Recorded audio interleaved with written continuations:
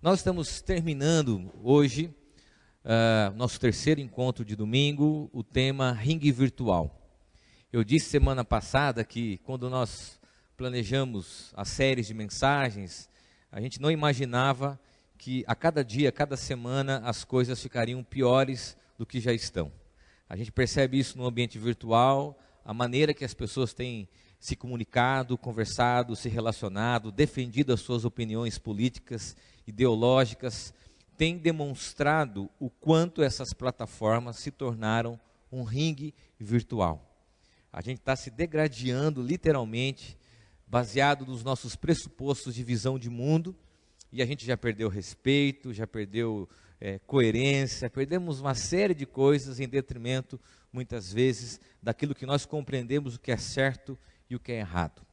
Bom, diante desse cenário, a gente fica até um pouco assustado quando a gente ouve, lê e recebe algum tipo de mensagem que não é de acordo com os nossos valores e opinião, e a gente se pensa assim, puxa, o problema é da internet. Vamos então desligar ou, quem sabe, mudar as plataformas. Não, o problema não é isso. O que nós vemos na internet é o extrato do comportamento humano. O que a gente vê nas plataformas digitais não fique associado, é o pior do que nós, como seres humanos, acabamos nos expondo. Essa exposição coloca às claras aquilo que nós somos enquanto pessoas, enquanto seres humanos. Desrespeito, ofensa, preconceito e uma outra série de coisas, como intolerância, acabam sendo expressas num ambiente virtual que é um amplificador, mas daquilo que nós somos na vida real. E talvez essa seja a maior mentira do ambiente virtual. A mentira de que nós podemos ser alguma pessoa nesse ambiente, diferentemente daquilo que nós somos na vida real. E não há uma desconexão disso. O que há é uma amplificação daquilo que nós somos enquanto seres humanos. E um dos problemas maiores que a gente percebe dentro dessas plataformas diz respeito à maneira que nós comunicamos. E aqui nós temos um grande paradoxo, porque a internet e as suas plataformas digitais, elas trouxeram enormes facilidades. Vamos ser sinceros, de conexão, de reencontro, de acesso, de informação, de interação. Nós podemos a qualquer tempo, em qualquer momento, teclar, interagir, expressar, conectar e comunicar. Agora, aonde reside o paradoxo? Que mesmo com tantos recursos técnicos disponíveis, que trazem essa sensação de rapidez, conexão, nós temos uma enorme dificuldade, o que é? Compreender o outro.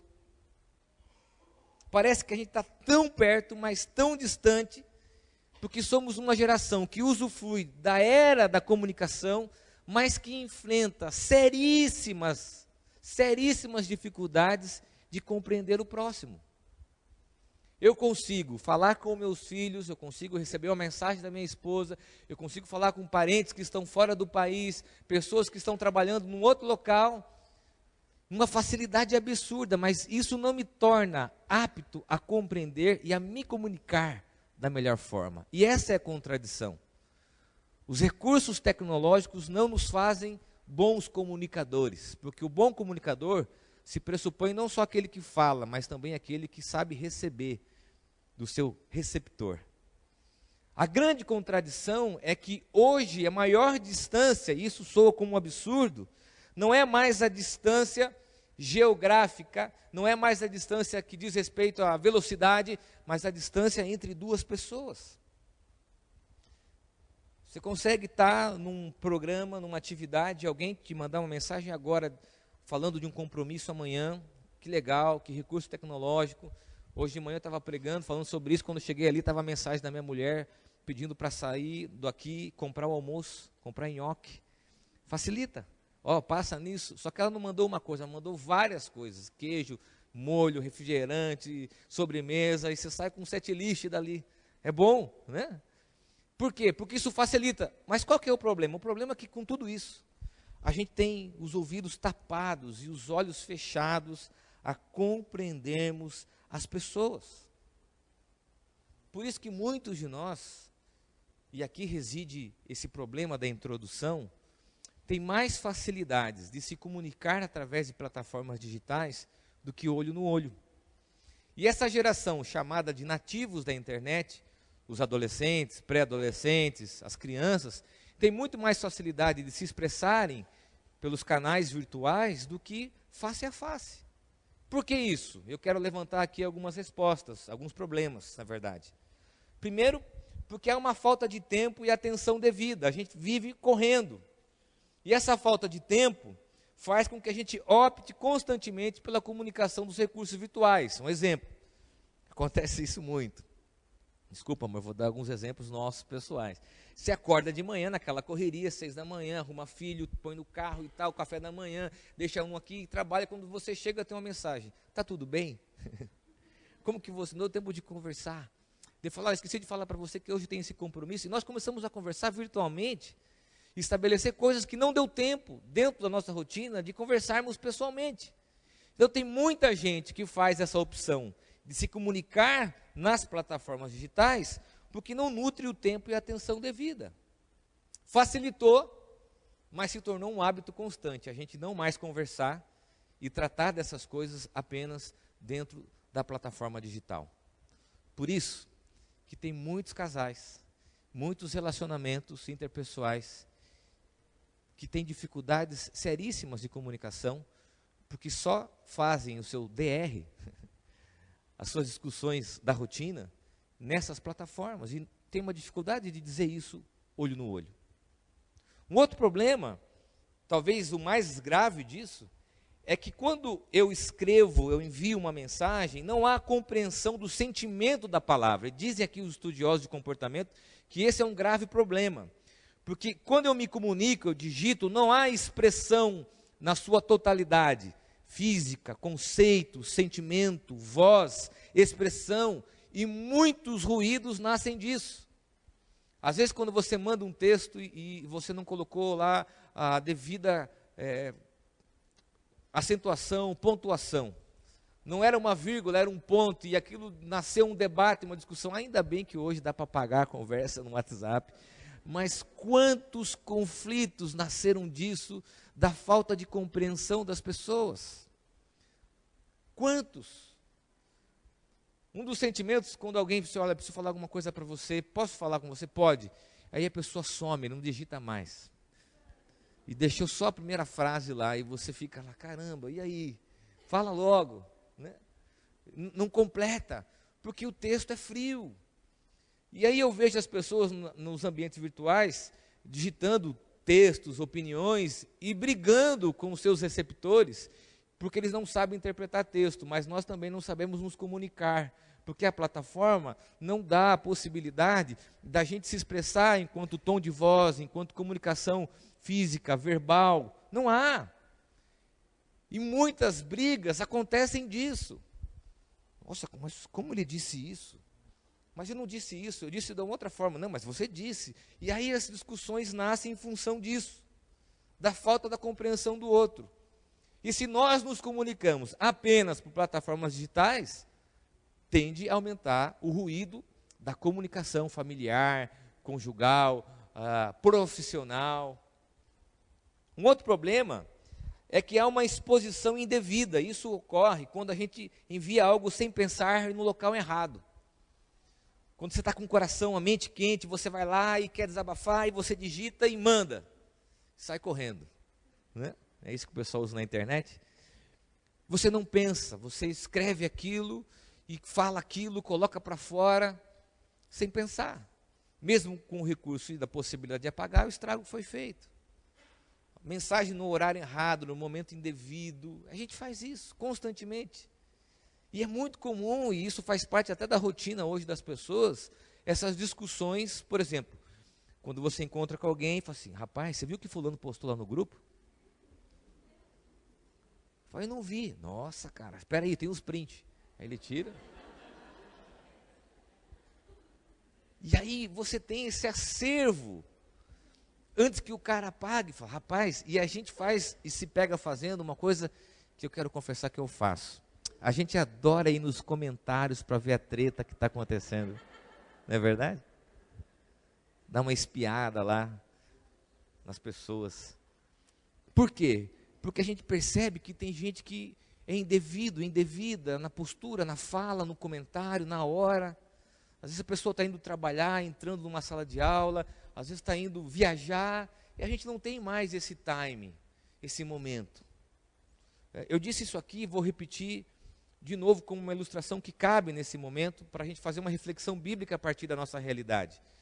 Quando eu era mais jovem, na minha época, se o telefone tocasse até as 8 da noite, era uma informação muito importante sobre o outro dia. Então, o telefone tocava em casa, o telefone ficava ao lado da televisão. Vocês lembram disso? Aquele fio todo enroladinho, do lado tocava, tinha que abaixar o som da televisão, as pessoas ficavam quietas em casa para atender o telefone. Olha, uma informação importante. Alguém só ligava até as 8 horas da noite se fosse algo muito importante referente ao outro dia. Agora, se alguém ligasse para você depois das 11 da noite ou meia-noite, morreu. Tocou o telefone, se já levantava desesperado, com o coração acelerado, porque vinha uma má notícia, alguém bateu o carro, alguém ficou doente. Então, nosso senso de urgência era baseado nesse acesso das pessoas. Hoje, os grupos de discussão da família bombam de madrugada. Quando você acorda às 6 da manhã, você tem uma série de mensagens, de ligações, de pessoas falando sobre tudo, a respeito de tudo, com opinião sobre tudo, na hora indevida. Por quê? Porque perdemos esse time. E o último problema, para a gente fazer uma transição importante para os textos bíblicos, aqui é uma falsa sensação de distanciamento que nos protege do constrangimento da outra pessoa. Vou repetir isso porque isso é muito importante. Uma falsa sensação de distanciamento que nos protege do constrangimento da presença da pessoa. Ou seja, já que a pessoa não está próxima de mim, eu posso mandar bala. Já que não tenho que olhar nos olhos, eu posso chegar e escrever aquele textão para o outro. Agora eu quero dizer uma coisa para você de uma forma muito sincera. Nunca digite, nunca fale, nunca poste nada que você não teria capacidade de falar na frente da pessoa, olhando nos seus olhos. Eu acho que muito dos conflitos que nós temos hoje não aconteceriam se nós tivéssemos esse senso crítico de não agredir, de não ofender, de não falar coisas que eu não diria na frente da pessoa. Não diria. Não teria a capacidade de dizer olho no olho. Nós estamos indo para um tipo de comunicação que tem deixado sequelas nas nossas relações. A principal delas, nós estamos nos tornando pessoas intolerantes, pessoas com dificuldade de comunicação. E quando há dificuldade de comunicação, não resta outra coisa que não seja polarização e distanciamento das pessoas. Eu temo por aquilo que vai vir se as pessoas não souberem se comunicar. O que a Bíblia nos apresenta diante disso? João, capítulo 7, versículo 6, do 45 ao 52, nós temos uma história bíblica, nós temos nos pautado durante esse mês no modelo e na vida de Jesus. Quando nós falamos sobre agressões virtuais, a gente lembrou de Jesus dizendo aos religiosos da época, olha, a boca fala que o coração está cheio. A gente fez uma analogia dizendo que o dedo digita que o coração está cheio. Falamos sobre isso, falamos sobre polarização, radicalismo, ao ponto de que Jesus enfrentou isso no seu ministério, pessoas críticas que estavam sempre ao lado dele, procurando alguma falha para que pudessem o acusar. Falamos na semana passada sobre o julgamento, Jesus dizendo, não julguem, e ele não diz isso para os religiosos, mas ele diz isso para os seus discípulos, para as pessoas que estão próximas deles, pessoas que estavam próximas dele, vivendo com ele, e hoje nós olhamos para a vida de Jesus, e aprendemos na vida dele, a respeito da maneira correta de nos comunicarmos. João capítulo 7, versículo 45 e 52 diz assim, os guardas voltaram para o lugar onde estavam os chefes dos sacerdotes e os fariseus, e eles perguntaram, por que vocês não trouxeram aquele homem? Eles responderam, nunca ninguém falou como ele. Então os fariseus disseram aos guardas: será que vocês também foram enganados? Por acaso alguma autoridade ou algum fariseu creu nele? Essa gente que não conhece a lei está amaldiçoada por Deus. Mas Nicodemos, que era um deles e que certa ocasião havia falado com Jesus, disse: de acordo com a nossa lei, não podemos condenar um homem sem ouvi-lo primeiro e descobrir o que ele fez. Por acaso você também é da Galileia? Perguntaram eles. Estude as Escrituras Sagradas e verá que da Galileia nunca surgiu nenhum profeta. O texto relata a tentativa de um grupo de guardas policiais, não aqui só soldados romanos, mas um grupo de guardas do templo que serviam aos líderes religiosos da época, que no capítulo anterior são enviados para dar uma pressão em Jesus. Na verdade, não era uma prisão tão somente, mas era um momento de uma abafa, vou usar uma expressão que a gente usa comumente quando a gente se refere a respeito disso. Os soldados foram enviados para dar uma abafa em Jesus, para ver o que Jesus estava fazendo e, se possível, tirar Jesus de cena. Possivelmente isso até de uma forma ilegal, mas eles estavam sendo orientados a irem até Jesus, quando chegarem próximo de Jesus, tirarem Jesus de cena. A gente percebe isso, se a gente voltar depois e ler o texto anteriormente, que eles foram destacados pelos religiosos, pelo sinédrio, para tirar literalmente Jesus da circulação. Agora, as palavras que eles ouviram tiveram um impacto na vida deles. Impactaram a vida deles e eles não conseguiram executar a sua tarefa, prender Jesus. Eles falam: jamais alguém falou como este homem. Eles não tinham visto tal autoridade e nem graça num orador. Os soldados haviam ouvido Jesus falar e se auto-revelar diante da festa dos tabernáculos. Eles ouviram Jesus falando quem ele era. E eles voltam constrangidos com isso, dizendo assim: olha, nós não somos capazes de fazer o que vocês nos pediram. É interessante pensar sobre isso. Alguém colocar em risco a sua função, o seu trabalho, como os soldados colocaram. Voltarem tão constrangidos com a fala de Jesus, que sujeitarem ali a sua vida, a sua família, o seu status profissional, a uma não obrigação, ou seja, a um não cumprimento da sua tarefa. De fato, deveria ter sido algo muito impactante para que eles se negassem a não fazer o que os religiosos estavam dizendo que eles deveriam fazer. E eles voltam aqui no texto, a gente percebe, constrangidos.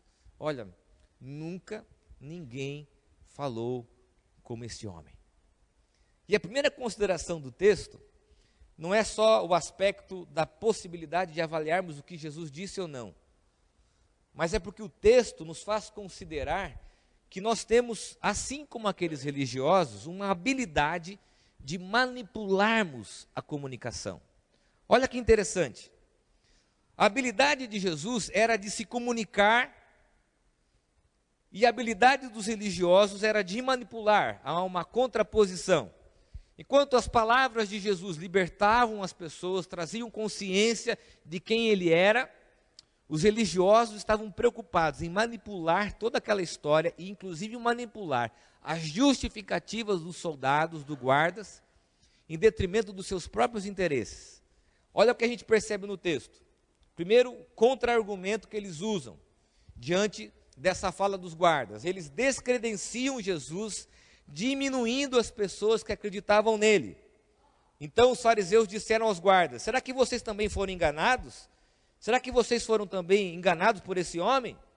Que é muito comum na nossa comunicação dizer assim: peraí, você vai acreditar nisso? Quando a gente está diante de um ambiente de comunicação, numa relação interpessoal de comunicação, e a gente quer gerar um descrédito na fala do outro, peraí, você está acreditando nisso? Ainda mais num ambiente de fake news, num ambiente de pós-verdade, onde nós usamos a verdade dentro dos nossos próprios pressupostos. Eles tentaram manipular a resposta. Eles não perguntaram assim: peraí, fale para a gente o que ele disse. Eles não perguntaram isso. O que te impactou? O que impactou vocês para que vocês não fizessem? Eles não perguntam isso. Eles vão descredenciar Jesus, dizendo o seguinte: como que vocês acreditavam nesse homem? Segundo os estudiosos, aqui é uma expressão concreta de preconceito. Porque as pessoas comuns, as pessoas mais simples acreditavam em Jesus. E quando aqueles soldados chegam, o que eles fazem é dizer o seguinte, ó, você está sendo enganado por ele também, igual as outras pessoas. Na nossa comunicação é muito comum e normal, porque faz parte da nossa natureza, essa manipulação na comunicação. Antes de recebermos, julgarmos e manipularmos. Assim. Eu falo para você que talvez essa seja uma das dificuldades que eu tenha como pai. Meu filho vem falando alguma coisa para mim, antes que ele termine as coisas, eu já falo, opa, peraí. Ainda mais quando ele assiste esses youtubers, né? Essas coisas assim. Esse dia ele pegou e me ensinou um negócio sobre o celular, eu falei, mas você tem certeza que isso é verdade? Como judeus religiosos. Tenho sim, pai, dá aqui o celular. Ele mostrou e funcionou. Porque a gente gera descrédito na comunicação. A segunda coisa que a gente percebe no texto é que eles tornaram o discurso de Jesus ilegítimo. Quem te falou isso? Por acaso alguma autoridade ou algum fariseu creu nele? Olha só. Primeiro, o descredenciamento. Segundo, o julgamento. Espera aí, alguém de nome, algum influencer digital, algum político, algum blogueiro, alguém está aí atestando a fala dele? Alguém acredita? E é muito comum a gente fazer isso também na nossa comunicação. A gente barra a possibilidade do outro se comunicar, dizendo o seguinte, peraí. Você está falando isso ou você está falando isso pelos outros? E aí a gente tem que mandar coisas dos outros para que as pessoas acreditem naquilo que nós estamos falando.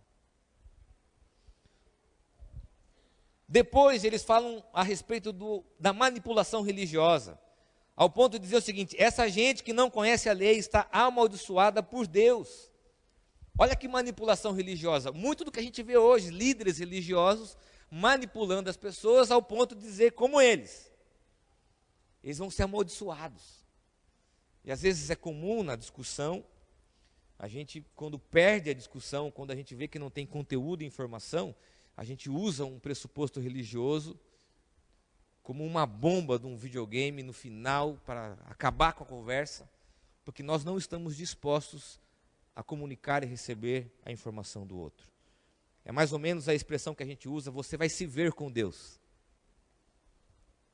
Uma última atitude é que eles descredenciam a fala, inclusive, de Nicodemos. Quando Nicodemos vem interferir a respeito do momento e da forma que Jesus foi julgado, eles chegam para Nicodemos e falam assim, mas você também é da Galileia? Ou seja, você não pode falar porque você se é de lá, você é partidário. Isso também acontece com a gente acha que as pessoas que estão se comunicando são influenciadas pelos outros. Uma das coisas que tem mais me incomodado é quando nós vamos discutir qualquer coisa política, você está conversando com a pessoa não quer te ouvir, ela quer ganhar. E quando você está falando, a pessoa já está pegando a sua fala, distorcendo, conectando você aos pressupostos dela, dizendo, você é isso, você é aquilo, você é isso, você é aquilo. E quando você termina de falar, ela não está aberta a compreender. Ela está aberta em te rotular e dizer o seguinte, mas você acredita então como fulano. É exatamente isso que os religiosos estavam fazendo. Eles ouviram os soldados e os guardas dizendo o seguinte, aquele homem fala de uma forma diferente, nunca ninguém falou como ele. E eles vão cheio de perguntas para descaracterizar a experiência que eles tiveram. O que isso nos ensina, de uma forma prática? Que Jesus, diferentemente dos religiosos, não manipulava as pessoas. Pelo contrário, seu conhecimento as tornava ainda mais conscientes da sua revelação, livres, libertos daquele sistema que oprimia, aquele sistema religioso que manipulava. De uma forma prática para nós. Casais, amigos, companheiros, parceiros, namorados, pais e filhos, filhos e pais, não sei onde você se enquadra como profissional, como participante de uma comunidade. Não manipule as pessoas de acordo com as suas pré-opiniões e com seus pré-conceitos. Saiba acolher. Nesse ringue virtual é preciso que nós nos identifiquemos mais com Jesus do que com os religiosos. Porque a maneira que nós estamos aqui, nós estamos mais próximos dos religiosos do que de Jesus. A maneira que nós discutimos nos grupos, nas redes sociais, nós estamos mais nos identificando com esses religiosos que estavam mais focados em descaracterizar aquela experiência daqueles homens do que com Jesus. Há uma frase do Philip Yancey que diz assim: Deus não é mudo. A palavra fala, não vinda de um redemoinho, mas da laringe humana de um judeu palestino. Ou seja, Deus se comunicou através de um homem. Deus se comunicou através de um homem simples, em detrimento a pessoas que queriam discutir de forma ácida, intempestiva, constante, e eles não perceberam que Deus estava falando através de Jesus. Na nossa comunicação diária, preste atenção aqui, pais, mães e filhos, quando alguém vier se comunicar, saiba ser receptor. Não é assim, olha, mas espera aí, quem falou? Não manipule, receba, deixe o seu marido falar, deixe a sua esposa falar, deixe os seus filhos falarem, completar o raciocínio. Estou falando isso porque também é uma dificuldade minha. Eu lembro que eu fui fazer uma bodas de 50 anos, um familiar nosso, dos avós da Aline, nós estávamos lá fazendo a bodas, eu falei: seu Gentil, qual é o segredo de estar 50 anos casado? Ele não respondeu. Seu Gentil, qual é o segredo de ficar 50 anos casado? A dona Cecília cutucou: fala, Gentil! Hã? Você entendeu? Nós temos uma dificuldade. Qual o segredo? Não ouvir, não prestar atenção. Esse é o segredo. E o que Jesus nos ensina? Comunicar, sem manipular o outro, sem distorcer os fatos, sem querer ganhar, ouvir. Segunda consideração, e aqui nós temos a ênfase do texto. O texto nos faz considerar a habilidade de Jesus de se comunicar. Isso é fantástico. Vou repetir isso. O texto nos faz considerar a habilidade de Jesus se comunicar. Esses soldados voltam constrangidos e dizem assim: olha, nunca ninguém falou como ele. Tem que ter uma experiência muito marcante para chegar diante dos chefes, aqueles que eram seus patrões, para dizer assim: ó, nós não cumprimos o que vocês mandamos, e pelo contrário, nunca ninguém falou como ele. O que Jesus disse que impactou? De que forma, de que maneira nós devemos aprender? Jesus usava uma linguagem sempre de acordo com o entendimento das pessoas. Ele poderia usar um amplo vocabulário como rabi, mas ele não. Ele está preocupado com os seus ouvintes. Ele está preocupado em que as pessoas o compreendessem. A comunicação dele tinha habilidades. Quais habilidades? Primeiro, simplicidade e clareza. Jesus chegava assim: olha os pássaros, olha as flores, olha, porque a palavra de Deus é como uma semente que jogada no solo.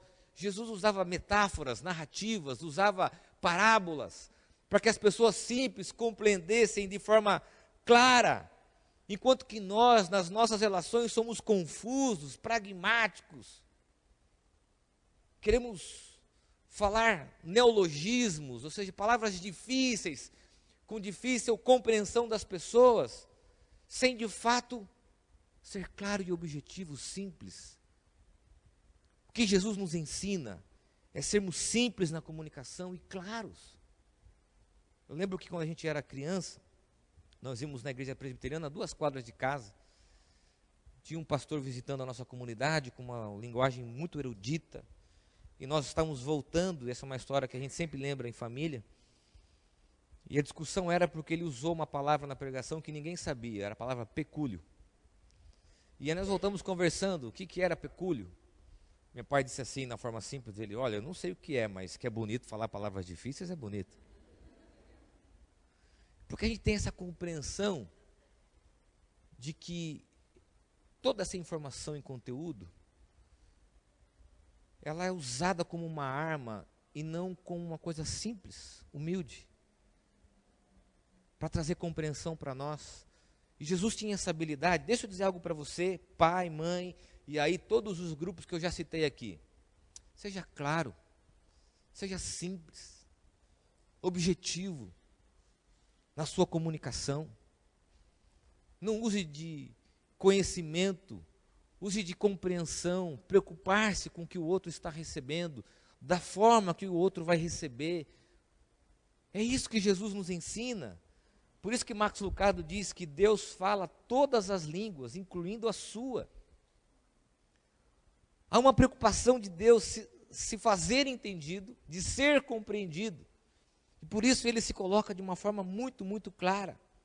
A segunda habilidade de Jesus é que ele tinha uma comunicação acessível e uma postura com os grupos distintos, porque ele sabia exatamente o momento adequado para falar. Vou repetir isso, que isso para nós é um grande ensinamento. Jesus sabia o momento adequado para falar. Quantos conflitos, quantas brigas nascem no momento e no lugar inadequado. Carro no trânsito, levando os filhos, saindo, talvez chegando aqui na igreja, não sei, às vezes no lugar público, quantas coisas nascem, e quantas feridas, quantos ruídos na comunicação, dentro de uma relação, nascem no local errado. E aqui eu preciso pontuar algumas coisas. Discutir casamento no Facebook não dá. Discutir educação dos filhos nas plataformas digitais não dá. E chego a dizer que nesse momento, discutir política também não dá. Nós estamos discutindo coisas sérias em locais indevidos. Jesus sabia conversar com um cara como Jairo, Jesus sabia conversar com uma mulher sem nome, que veio atrás da multidão, excluída, parar, prestar atenção nela, e ele sabia se comunicar com uma mulher vítima de preconceito numa fonte. Ele sabia conversar com líderes religiosos, se portar, se fazer compreendido, porque ele sabia exatamente quando e como falar. Nós não sabemos disso. Nós não sabemos. Discussões nascem em locais indevidos, de maneira indevida. É isso que Jesus nos ensina. Dentro desse momento, Jesus tinha uma habilidade, usar perguntas de reflexão, fazer as pessoas pensarem. Às vezes ele perguntava, esperava as pessoas assimilarem, para depois colocar a informação. Talvez falte isso para nós como pais. Perguntarmos, investirmos na reflexão dos nossos filhos, fazermos as pessoas pensar, não manipular. Usar a reflexão e o momento adequado para falar. Terceira e última consideração, o texto nos faz considerar a coerência entre o discurso de Jesus e a prática dele. Há um personagem nessa narrativa chamado Nicodemos. E Nicodemos sai em defesa de Jesus, citando a lei, olha, nós não podemos condenar esse homem sem ouvi-lo. Essa interferência de Nicodemos nos traz a compreensão de que ele havia conhecido Jesus e sabia que Jesus não era o que os religiosos estavam acusando. Ele sabia, assim como os guardas, que Jesus não era aquilo que os judeus e os religiosos, nesse momento, queriam de alguma forma condená-lo. Isso nos traz a compreensão de que Jesus era extremamente coerente entre o seu discurso e a sua prática. Havia em Jesus compaixão, empatia, juntamente com a sua prática e com o seu discurso. Sabe qual é o grave problema nosso? É que nós queremos que o nosso país seja honesto. enquanto o nosso comportamento é corrupto. Nós queremos que os políticos não sejam corruptos, enquanto o nosso comportamento é desonesto. O que nós queremos? Queremos que o outro faça diante das nossas falhas. E aqui reside a grande incoerência que também se aplica em outras áreas da nossa vida. A gente chega para o filho e diz assim: filho, faça isso, mas nós não fazemos. A gente chega para a esposa e falamos assim: amor, não nesse tom, quando a gente está brigando, não usa isso, né? Tá. Faça isso, mas eu não faço. E talvez aqui o grande ensinamento de Jesus no aspecto da comunicação é que ao se comunicar com as pessoas, havia coerência na fala de Jesus. Preste bem atenção numa informação aqui. Você sabe por que os guardas ficaram impactados com Jesus? Pela coerência do discurso de Jesus. Porque naquela época era muito comum, havia até uma formação, posso dizer, profissional, de oradores. Líderes religiosos haviam diversos. Se você estudar a história e olhar para a teologia, você vai perceber que existiam vários. Esses homens procuravam lugares altos, esquinas, pedaços de pedra, subiam, tinham discursos bonitos, falas bonitas, sabiam citar a lei, sabiam citar pensadores. Mas Jesus tinha algo que eles não tinham: prática, coerência entre o discurso e a prática. Sabe qual é o grave problema da nossa comunicação? É que nós temos solução para tudo. Temos solução para os ministérios do país, a política econômica, temos solução para a política externa, temos tudo, mas nós não temos solução para as coisas simples do dia a dia, para a família, para o diálogo, para a comunicação, para o comportamento. Eu disse hoje de manhã que Deus me livre de achar que eu tenho a solução para o país e não conseguir enxergar as falhas que eu tenho dentro do meu próprio lar. Que Deus me livre de cobrar algo de que eu não sou capaz, na minha prática, de viver. Porque Jesus nos ensina que na comunicação é preciso ter coerência. Coerência. Eu quero terminar contando uma história para você. Alguns anos atrás, eu fui pregar num evento, e o tema do evento, numa outra cidade, era sobre construir relacionamentos verdadeiros. E uma das coisas que eu coloquei lá era disponibilidade. Jesus tinha disponibilidade, ele sabia parar. Em diversos momentos nos textos bíblicos a gente percebe Jesus parando. No meio de uma tarefa ele para, presta atenção nas pessoas. E eu falei aquilo, uma repercussão importante dentro daquele evento, fui embora, comentei ainda com minha esposa que tinha sido uma mensagem muito interessante, mas naquela mesma semana, voltando de viagem, eu tinha uma série de compromissos, trabalho, outra viagem agendada, e eu estava saindo de casa, passei no portão, eu escutei lá no fundo, pá! E eu fui.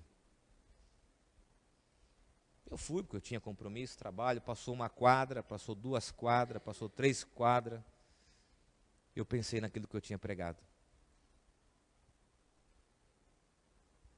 Peguei o carro e eu voltei para ouvir o que meu filho tinha a dizer. Não era uma pergunta filosófica, existencial, não era um problema grave, nem uma reflexão teológica, nem a citação de um autor que eu gosto. Era só uma pergunta que dizia respeito quando nós iríamos assistir o São Bento. Talvez para ele não tenha sido uma coisa importante, mas para mim, me colocou diante do grande desafio da minha vida, que é a coerência entre o meu discurso e a minha prática. O que nós exigimos do outro na comunicação, o que nós muitas vezes manipulamos, e o que nós queremos aprender com Jesus, passa pela coerência do nosso discurso e da nossa prática. Se queremos justiça social, que as nossas práticas sejam justas. Se nós queremos que o Brasil mude, que o nosso comportamento mude, porque o Evangelho tem esse movimento. O Evangelho muda o ser humano, muda a casa, o oikos, para que esse núcleo, esse ser humano, seja uma pessoa transformada, que possa ser luz, sal na sociedade. O Evangelho não propõe o inverso, propõe pessoas transformadas e influenciando pessoas nas suas relações. Tim Keller diz: Jesus Cristo é a palavra de Deus, porque não é possível uma comunicação de Deus mais compreensível, pessoal e bela. Deus escolheu se comunicar com o ser humano através não de um grande magnata, de um grande estudioso, mas de um homem simples que sabia se comunicar, que constrangeu aqueles guardas, que impactou uma sociedade com 3 anos de ministério, capaz de nos influenciar até hoje, depois de mais de 2000 anos. E aqui eu termino citando Max Lucado, que diz assim: ele foi ao mesmo tempo comum e incomum, alternava entre o normal e o herói. Quem foi esse homem que falava tão facilmente com crianças e pescadores, com viúvas e ondas do mar? Seu nome é Jesus. Feche teus olhos, eu quero orar com você. Talvez aqui hoje tenham pessoas com dificuldades de serem bons ouvintes. Talvez aqui tenhamos pessoas que tenham dificuldade de serem bons comunicadores, de se expressarem. Talvez aqui tenham casais em litígio, em briga constante, porque não conseguem se comunicar devidamente.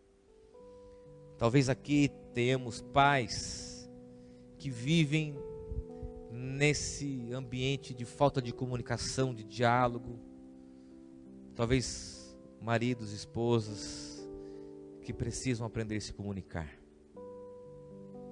Na comunicação, alguns pressupostos básicos: o emissor e o receptor. No Evangelho, o emissor é o próprio Deus, que envia o seu Filho. E nós somos os receptores da mensagem do Evangelho. Mas na vida diária, saiba ser um emissor, mas saiba ser um receptor, a ouvir, sem julgar, sem agredir, sem manipular. E o desafio para nós aqui é, ou sermos como os judeus, os religiosos daquele momento, ou sermos como Jesus. Ou sermos como Jesus. Muitos relacionamentos precisam parar desse ringue virtual e precisam aprender a se comunicar como Jesus. Pai, o Senhor nos conhece e sabe da nossa enorme dificuldade de nos comunicarmos. Sabe, ó Deus, que nós temos uma dificuldade muito grande de ouvirmos sem julgar e sem manipular. Por isso, ó Deus, no meio desse caos que nós vivemos, dá-nos, ó Deus, bons ouvidos, bons olhos e sabedoria para falar. Sabedoria para falar.